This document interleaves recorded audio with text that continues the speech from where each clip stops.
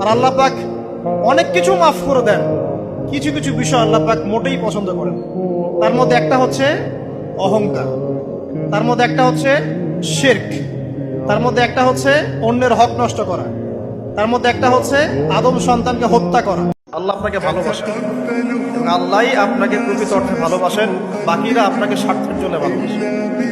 মনে রাখবেন, প্রকৃত অর্থে শুধু আল্লাহই তার বান্দাদেরকে ভালোবাসে, বাকিরা মানুষের অবস্থানকে ভালোবাসে, মানুষের ব্যক্তি সত্তাকে নয়, আপনার আত্মাকে নয়, আপনার অবস্থানকে।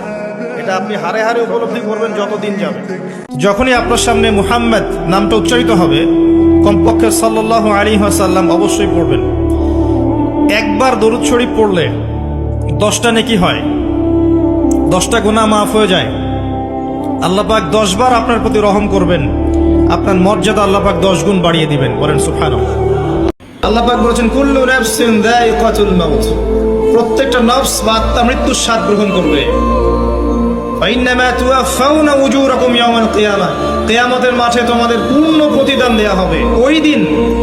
ওই দিন ফামান যুহজিহা আনিন নার ওয়া উদখিলাল জান্নাহ ফাকাদ ফাজ, সেদিন যাকে আল্লাহ পাক জাহান্নাম থেকে বাঁচাবেন, জান্নাতে প্রবেশ করাবেন, একমাত্র সে ব্যক্তি সফল, আর কেউ সফল না।